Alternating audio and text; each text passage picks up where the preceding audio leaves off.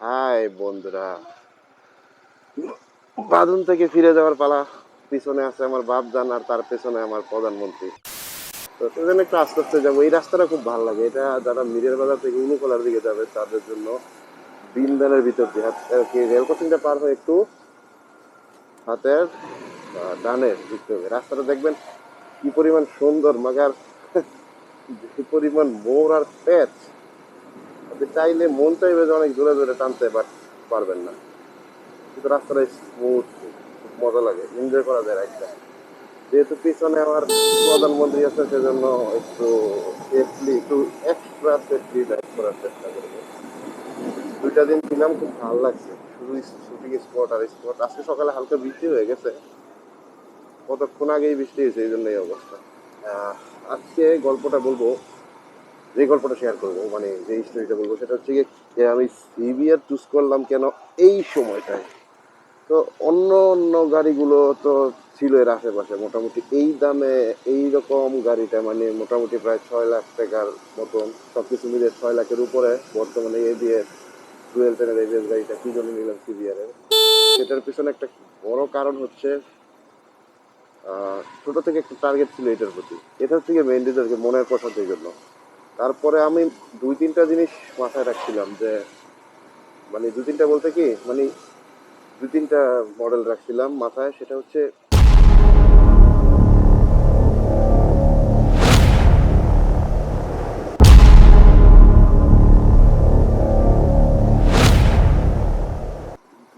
R15M এর monster এডিশনটা, R15M দুটো রাখছিলাম মাথায়। বাট আমার ব্যাক পেন আছে, একটু নি হওয়া লাগে, এই কারণে ওই গাড়িগুলা বেশি প্যারাইতো, সেজন্য সেটা বাদ দিচ্ছি।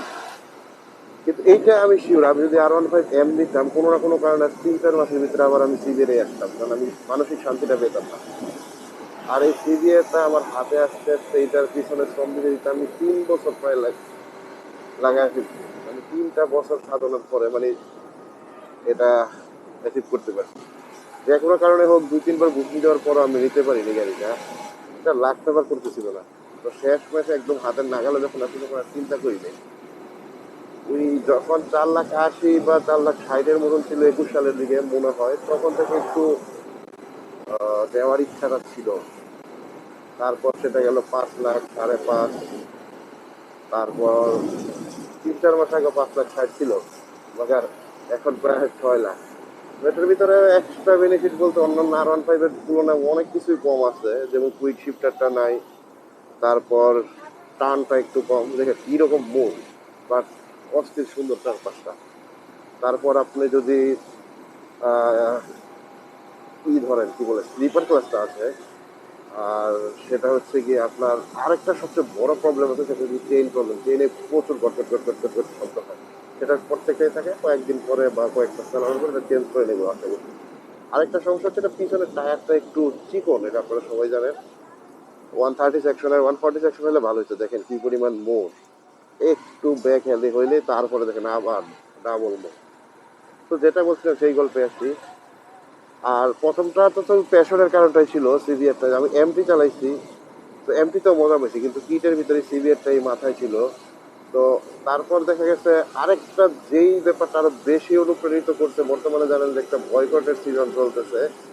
আমি মেনশন করবো না যে কি বয়কটের, 2টা জিনিস বয়কটের কি চলতেছে বাংলাদেশে বর্তমানে। ভয় লাগে, আপনি জোরে চালাতে গেলে একটু যদি হাত ফসকায় খবর আছে। তো একটা চলতেছে বিশ্বব্যাপী, আর একটা বেশিরভাগ কয়েকদিন আগে পার্শ্ববর্তী দেশে হয়ে গেছে ওই বয়কটটা। তাদের সরকার পতন হয়েছে, সরকার অন্যরকম আসছে। আরেকটা ছিল বর্তমানে, সেটা বাংলাদেশে চলছে।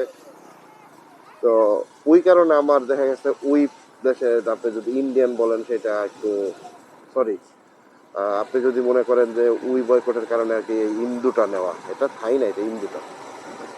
তো থাইটার দামটা একটু বেশি। থাইটার ভিতরে কালারটা ব্ল্যাক আসে, ওটা প্রায় 7 লাখের উপরে, 7.5-এর মতো। আর এখন ডলার দাম বাড়ছে আরো বাড়বে, কারণ একদিনে দেখলাম যে 7 টাকা না 6 টাকা ডলারের দাম বাড়ছে। তো সামনে আরো গাড়ির দাম বাড়বে। দেখেন কি পরিমাণ খারাপ স্পিড ব্রেকার। এই স্পিড ব্রেকার গুলো মারাত্মক রকমের প্যারা দেয়, হঠাৎ করে চালালে বোঝা যায় না যে আছে, একদম পুরো শরীর ঢাকা দেয়। এইসব কারণ মিলে আসলে সিভিয়ারটা নেওয়া। তো অনেকে বলছে যে প্রাইস বেশি, এই বেশি, মানে পার্টসের প্রাইস বেশি। পার্টসের প্রাইসটা কেন বেশি হয় আর কেন অ্যাভেলেবল থাকে না সিভিয়ারের, সেটা নিয়ে আমি আরেকটা ভিডিওতে কথা বলবো কয়েকদিনের ভিতরে।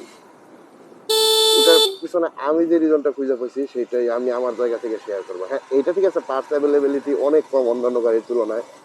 আর এটাও ঠিক যে এটার পার্টসের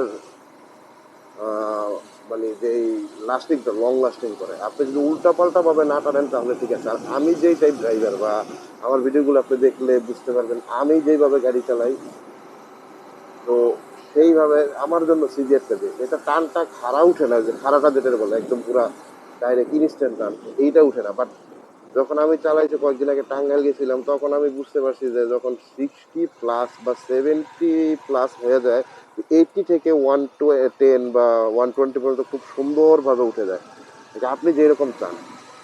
তো অনেক টাইমে দেখবেন ড্র্যাগ রেসের ক্ষেত্রে R15M যখন থাকে বা সিভিয়ার যখন থাকে বা জিএসএক্স এর ব্যাপারটা আলাদাভাবে মেনশন করা উচিত, ওইটার কথা ভাবছিলাম। যখন R15 আর সিভিয়ার দিকে থাকে তখন দেখবেন প্রথম প্যাকেজে R15 এর আশেপাশে সিভিয়ার থাকে, দেখেন এই রাস্তাটা কি সুন্দর।